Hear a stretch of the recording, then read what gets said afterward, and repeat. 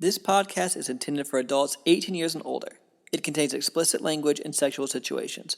All thoughts and opinions expressed are of our own and not of those of any specific group, employer, or individual, and is not intended to take as professional advice. Welcome to the Foreplay Podcast. Join the journey, experiences, and sexual adventures of two high school sweethearts navigating through the swinging lifestyle as millennials. Come along for the ride. Dare to play?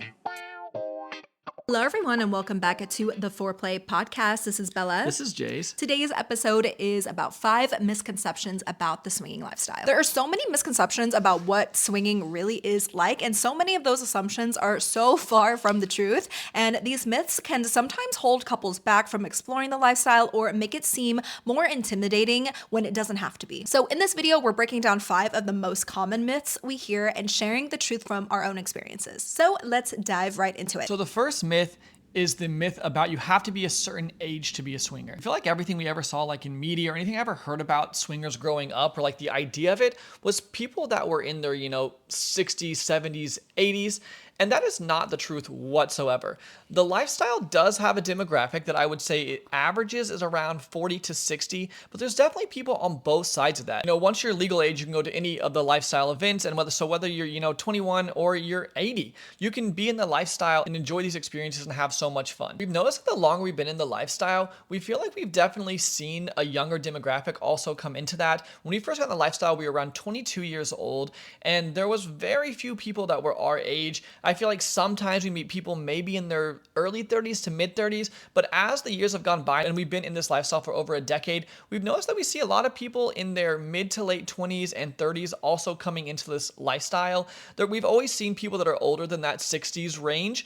The average still is that 40 to 60, but it's even becoming more so popular among so many different ages, so you really can have fun at any age. Another thing we'd recommend is really going out there and making friends with people regardless of age. When we first got into our lifestyle journey, we were very stuck on the idea of maybe we should only talk to people around our age because, I don't know, is there going to be things to talk about? Or are we going to be able to fit in? And that also cannot be further from the truth. People in the lifestyle are so open and welcoming and just fun to be around. And so we highly recommend, whether you are younger, it's talking to older people, or older people talking to young people, whatever it is, talking to just everyone, because so many people have so many fun experiences, things to talk about, and we have so many incredible friends that we've made in all different age demographics. And that's one thing we kind of wish we would have started earlier, was just going out and branching out in the people we talk to, because it really has enhanced our experience overall. It is good to note, if you are specifically looking for people in your age demographic and you are, maybe in your mid-20s, yes, you are going to have harder time finding people in your mid-20s than, when you're going to be in your 40s or 50s. But we really recommend, if you're not stuck on something like that, to not let that deter you, because like I said, we really have the best experiences when we've been open to just meeting people of all ages. One of the biggest myths about the lifestyle is the idea that only couples who are unhappy in their marriage or relationship become swingers. And honestly, that couldn't be further from the truth. Yes, there are sometimes couples who turn to swinging as a way to fix a struggling relationship. Maybe they're dealing with infidelity or other issues that they hope swinging can somehow solve. But in most cases, these relationships don't last in the lifestyle, because swinging isn't a solution to a failing marriage or relationship. It usually ends up adding more stress to a situation that was already unstable. And what we've seen actually is the complete opposite. The people and the couples who thrive in the lifestyle are generally the ones who already have an amazing, solid relationship. And these couples who know how to communicate openly, work through challenges together, and be honest and vulnerable with each other, these are skills that aren't just helpful, but they're absolutely necessary for success in the swinging lifestyle. When you're sharing intimate experiences with other people outside of your relationship, you need to have a strong foundation of love, trust, and respect. It's not about fixing a broken relationship or marriage. It's about building on the connection you already have. So no, swingers are not just couples trying to patch up things or trying to fill some void in their relationship. They're usually couples who are already deeply in love and looking for new ways to explore, connect, and grow together. We'd like to describe the lifestyle as a cake. If you've been here for a long time, we use this analogy all the time, but at the core, your relationship is the cake. It's the base and the foundation that gives everything structure and meaning. And the icing missing is the love and the trust and the connection that makes it sweet and uniquely yours. And the lifestyle, that's where the sprinkles come in. The new friends, the shared adventures, the experiences, all of those colorful extras that can add to the variety and fun. The sprinkles are optional, and the sprinkles on their own, they don't make a cake. Without the cake underneath, they're just scattered pieces. And in the lifestyle, the sprinkles are always the bonus, and the real joy comes from savoring the cake and the foundation that you've built together. Another myth is that you have to go in and like to play in playrooms or participate in all the different activities that are going on at maybe clubs or lifestyle vacations. That is also could not be further from the truth. The lifestyle is all about consent and you and your partner choosing what is best for you. When we first got in the lifestyle, I remember hearing about the playrooms, and me and Bella would go in there and we thought, well, this is part of the lifestyle experience. And while yes, it is part of the lifestyle experience, if you want it to be, it is not something that you need to do to have fun or to grow or whatever it is on your lifestyle journey. We learned for us, playrooms are something that we don't really like, and that is totally okay and it's totally valid. And even with that, you don't have to play at all. Like, you don't have to swap and you don't have to play with other people. Yes, that is the act of swinging, is doing things like that with other people, but there are a lot of people who are in the lifestyle environment who just focus on them and their partner and then create those friendships and relationships in that sense. You don't have to play. And even if you do play and you play very rarely, that's okay too. You don't have to play all the time. It's really good to note that the lifestyle is such a safe place, and you're never going to feel pressured to participate or to be a part of something that you do not want to be in. Yes, from time to time, maybe there is that bad apple couple or something like that is going to put a little bit of pressure on you, but that is so rare and so far in between. And those are the kind of couples that truly should not be in the lifestyle, because that is not what it's about. Most people are going to be so respectful and just really let you do whatever you want to do and be supportive of that. That's one thing we say we love about the lifestyle is, like Bella said, whether you are a person who is a voyeur or an exhibitionist or full swap or anything in between, it doesn't matter. People respect that and just want you to be able to be happy and enjoy your own journey and do that growth and whatever it looks like to you. Also, most people think that these places are free-for-alls. That is also so far from the truth. We've noticed in playrooms, a lot of the times it is couples with their own partner, and that is the biggest demographic of people even in the playrooms. Now, yes, you do see people swapping, and maybe you see those larger groups. That definitely happens as well, but it is not that myth of it's a free-for-all. That is so far from the truth. Another common myth is finding connections in the lifestyle is always easy and you'll instantly meet play partners or make lifelong friends without much effort, because everyone is there for the same reasons. And while sometimes connections do happen quickly, that's not usually the case. There are some times when you might meet a couple right away and the chemistry just clicks, or when you form an instant friendship that feels like you've known each other for years. Those moments are amazing, but they aren't typically how it goes. In reality, it often takes a lot of time and effort to build those really meaningful connections. And even if you're looking for something super casual, finding sexual chemistry with other people doesn't always happen quickly either. And the lifestyle can be so much more than finding play partners. It's about growing with your own partner,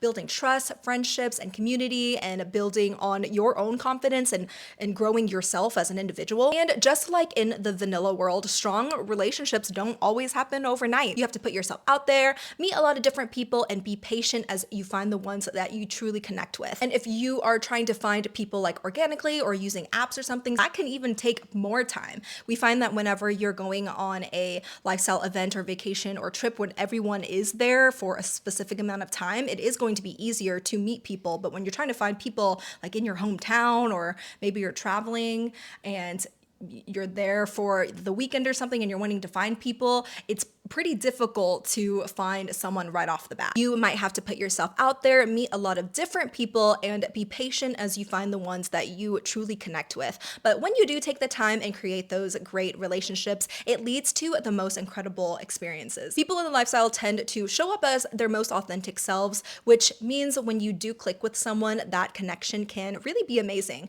And authenticity doesn't just make for better friendships, it can make for the best play experiences too. If you can trust each other and other people enough to share partners, you've already built a foundation of communication and respect that's pretty rare to find anywhere else. I know we say it all the time, but for us personally, lifestyle vacations have always been one of our favorite ways to build those meaningful friendships and relationships. On a lifestyle vacation, like a resort or cruise or convention or hotel takeover, you'll find hundreds to thousands of people all in one place, all committed to having a great trip. And most have already had serious conversations about being there, and they've invested the the time, money, and energy to experience this unique type of niche vacation, which tends to attract more genuine and authentic people. This creates endless opportunities to connect, and over the years, we've been able to reconnect with the same couples over and over again, turning casual introductions into lasting friendships. And so while it's not always as simple as making instant friendships, the effort is so worth it. Because when these connections do form, they're some of the deepest, most rewarding friendships you'll ever experience. Another myth or misconception that just isn't true is that you have to be super outgoing and you can't be shy to have success or fun in the lifestyle. This podcast is brought to you by us, Bella and Jase. If you're going on a vacation, or maybe you have a gift that you want to give your other lifestyle friends and you're looking for lifestyle clothing, we have the best apparel on the market for you. We have not only clothing, bikinis, swimsuits, we have backpacks, tumblers, cups, anything that you can name, we probably have it. You can find that at foreplay.com/shop. Let's say you're at a party, you're going on vacation, things are moving a little bit slow. Maybe you want some conversation to flow. Maybe you want to move stuff towards play. Well, we have the perfect game for you. It's called Foreplay the Game. It is a digital and physical lifestyle icebreaker game, and you can find out all about it at foreplay.com/games. It's number 4, fourplay.com/games. If you don't have a lifestyle vacation planned, a resort or a cruise planned, why not? You can join us. You can find that at foreplay.com/playcation. We have not only information about the events and trips that we'll be on this year, but also other options for you as well. And it doesn't cost any extra for you to book through our links, but helps us a lot, helps us continue to be able to make this type of content for you. Now back to the show. If you are more of a shy person, or both people in the couple are shy, that is totally okay. It is good to know. If you are a shy person and you do not want to go up and approach people, yes, you are going to meet less people. Shyness is something too that with time and with confidence, if you wanting to put that effort out to become a little bit more outgoing, you definitely can. But like we said, it is not something that is necessary to have fun in your lifestyle journey. There is so many different ways to make friends on lifestyle cruises, vacations, clubs, whatever it is. Maybe you're a bit more shy. Maybe talking online can help first if you kind of meet people through that way. Or once you go to vacations and things like that, they have so many awesome things that are icebreakers. So you have icebreaker games, or maybe speed dating that puts you in environments where people are meant to talk. And so even if you're a little bit more shy, you kind of have those introductions for you to get over that first little hump of nerves and kind of help you to be able to meet people more that way. We personally do little meet and greets with everyone who books the cruises through us and does the vacations through us. And it is so much fun. We do little icebreaker games just to help people meet people. And so if you are a kind of person who would like to go on a group for maybe a cruise or a convention, we'd absolutely love to have you as part of our group. It doesn't cost you any extra to book through us. It helps us to be able to continue to make content like this and help people on their lifestyle journey. You get added to our group. You can meet some people online before you even go on the vacations. Once you're there, we do meetups and icebreaker games to help build those connections and let you meet some other people. We also give out some fun little free swag. But if you guys are interested, you go to foreplay.com/travel. It's number 4, fourplay.com/travel for more information. That's another really great way to meet people if you're a little bit more shy, to have those introductions. Another really good thing is once you kind of make a couple friends, those people will introduce you to people, and then a couple more people, and they'll introduce you to people, and then you can introduce your friends to more people, and you can kind of make this little community in that sense as well. So once you make those first couple connections, it'll just keep growing. That's another reason we like the vacations and going over and over again, is because like Bella said, you see those familiar faces, and that just kind of already makes you feel more comfortable, more at ease when you're surrounded by people that you know, and that's another really great way to make friends in the swinging lifestyle. And same goes for if you have, some local meetup that happens all the time, or your local club. When you go there and kind of make those introductions, you're able to make those friends and have those connections. So every time you walk in, you see that familiar face, and just kind of puts you at ease and helps you continue to make more connections. So there you have it, 5 common myths about the swinging lifestyle that just simply aren't true. And hopefully this helps clear up some of the misconceptions and gives you a better picture of what the lifestyle really is all about. And also make sure to look out for a part 2 of this series, where we'll go over 5 more swinging lifestyle myths and misconceptions, because there are a lot of them. There's a lot of judgment and just preconceived conceptions, that most people who aren't in the lifestyle think the lifestyle is, and about the swinging community that just aren't true. So look out for that. So thank you guys so much for listening to that podcast. Really hope it helped to maybe clear some stuff up. Maybe you're new in your lifestyle journey and you think, wow, all these things are true. So many of them are not. There is just so many misconceptions out there. So hopefully that's able to help you guys along on your journey. But thank you guys so much for listening to this podcast. And we'll go ahead and jump into Bella and Jase's Weekly obsessions. I think we should start doing whoever goes first is whoever wins rock, paper, scissors. And we should say rock, paper, scissors out loud. So they we're can gonna hear. go on shoot. We're gonna say instead of No, shoot, we just we're say gonna like rock, paper, scissors, then you say So it. instead of shoot, you're gonna say the word. Oh, so do we everyone usually? knows. I feel like we don't usually say shoot No, anyway. you do it on shoot. So I'm just saying we're gonna say it when you would have normally. Oh, yes, done it. yes. Okay. Okay. Rock, paper, scissors, rock. Rock, paper, scissors, scissors. Oh my God, rock. Wait. Maybe we shouldn't do this every time, but we'll finish it This time we will. Okay. Rock, paper, scissors, rock. Shut the fuck up. Okay. Y'all, this is like, okay. This happens a lot, I would say, because we. Rock, paper, scissors, rock. scissors. Okay, I won. So I go first? Yeah. Okay, well, this is not going to be a new segment where every time we're just going to choose again. But that was fun for a one-off little time. How many was it that we got? Let's say 4? At least 3 in a row, if not 4 That in a was row. crazy. So I have 2. One is I recently started reading a book, and I'm almost done with it. It's called 2 o'clock on a Tuesday at the Trevi Fountain. It's a book by Helene Sula, and essentially is about a couple who they moved abroad and live nomadically, and about their journey of leaving their house and all the things that they went through to prepare for this trip and what it's like living nomadically. If you guys do not know, me and Bella did this a couple years ago. It was always our dream, and we traveled full time for the year of 2023, and it was incredible. And I used to read some books like this back before we ever went on this big adventure that we went on and tried to prepare for everything. And I remember reading all these different things about this person did this, or this. This is the first time I've read a book like this since completing that trip. And it's so interesting and cool and such a different experience to read this book after living these experiences and seeing some of the stuff and reading about it after knowing that it's true. It's like a little example of that is I had no clue that in Europe a lot of markets were closed on Sundays. I didn't know that was a thing.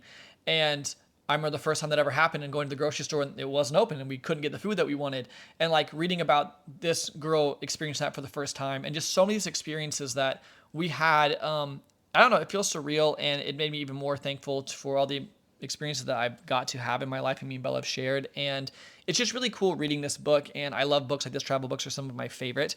And this one's really good. It's a pretty fast read, and it's fun. I like it, and it brings some sort of nostalgia to me that I'm really enjoying. So that is one of them. And then my other obsession is our apartment is so cute. They do all these little community events, and I just love everything they do. But last time they did a one called Blind Date with a Book. I didn't know what that was. Bella does a lot more. I don't know. I would say we read equally, but you're more in the know with BookTube and Book Talk and book communities. I just kind of read whatever, and we both love books. But Blind Date with a Book is you go and you have a book that is like wrapped and you don't know what the book is, but they put like a description of what the book is, and I guess there's different stuff, right? Like some people add little extras or stuff like that. Yeah, it's almost like a gift of sorts. Sometimes they'll maybe put a bookmark or like a little trinket that might have to do with the book, but you don't know what it is. Sometimes there's a genre, sometimes there's not. So it just all depends. But the one that we went to, they did have the genre and a little blurb about it. Yeah, and so there was just like tons of books laying all over this like big meeting space in the apartment that we live at, and it was all wrapped. And they were all wrapped in like a brown paper type craft paper. It was really cute. It was very farmhousey, organic, like modern, organic modern type of. It was really cute, written with handwritten calligraphy, all that kind of stuff. And there was just tons of books, and actually it was probably the least visited community event we've ever been to. I guess our community does not like to read that much, but it was fun because then you met people that actually really like to read. And the first book I walked up to, I knew it was mine. I knew this one was mine. It was a thriller, and it's like a murder mystery that takes place in like Ireland, and travel and thrillers and mystery. That's like the things I like to read about. And I was like, this is the one. I opened it. It is the book called The Guest List by Lucy Foley. I've heard of her before, but never read any of her books. And so I am finishing a book right now, but I am starting that one, and I'm really excited to read it. Several people there had read it and told me how good this book was. But it was just so much fun, and I love the community events they do here, and that was one of my favorite ones yet. And so yeah, I'm just really excited to read that book, and I just love the idea of blind date with a book, and I just think that was really fun. So that's my 2 obsessions. What are yours? Since you lost rock, paper, scissors, you got to go second. My first obsession is a pumpkin masala chai latte. So make a chai latte or masala latte and masala tea latte, and then you put pumpkin creamer in it. Preferably if you make it pumpkin cold foam, if you want to make it iced, or make it like super, super foamy pumpkin foam. Oh my gosh, it's so good.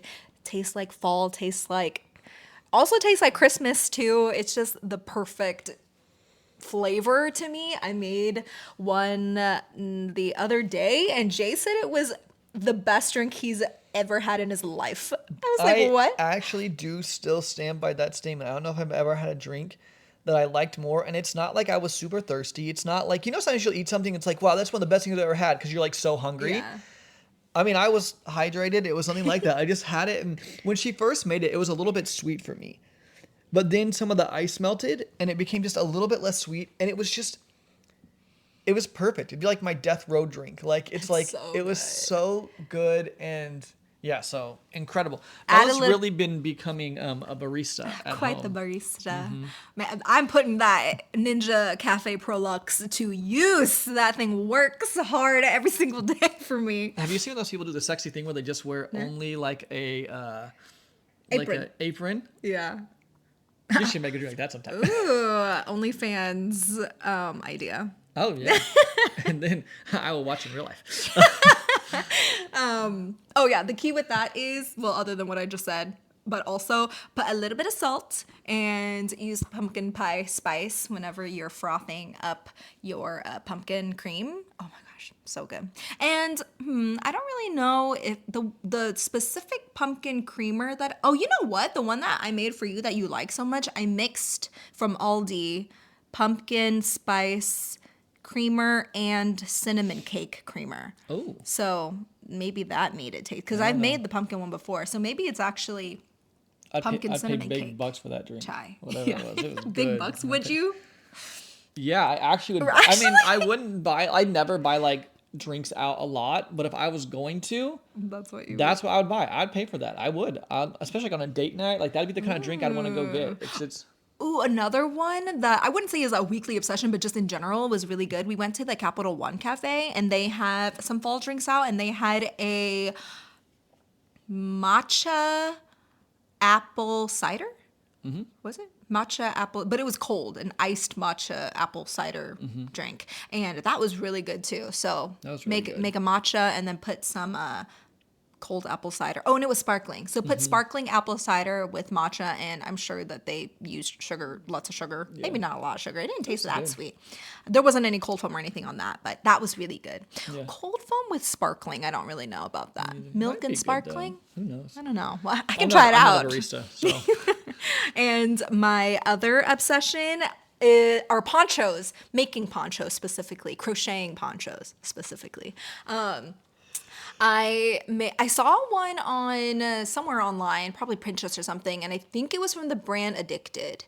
EDIKT, that Addicted, not Addicted with an A. And I was like, that is so cute, but I can make that myself. So I made one in this tan color. If you're watching this, or if you want to see it, I guess I've probably posted it on my Instagram story, but if you go to our YouTube channel, I am wearing it in this specific video about the 5 myths of misconceptions and stuff. So you can see This it there. podcast is also a video.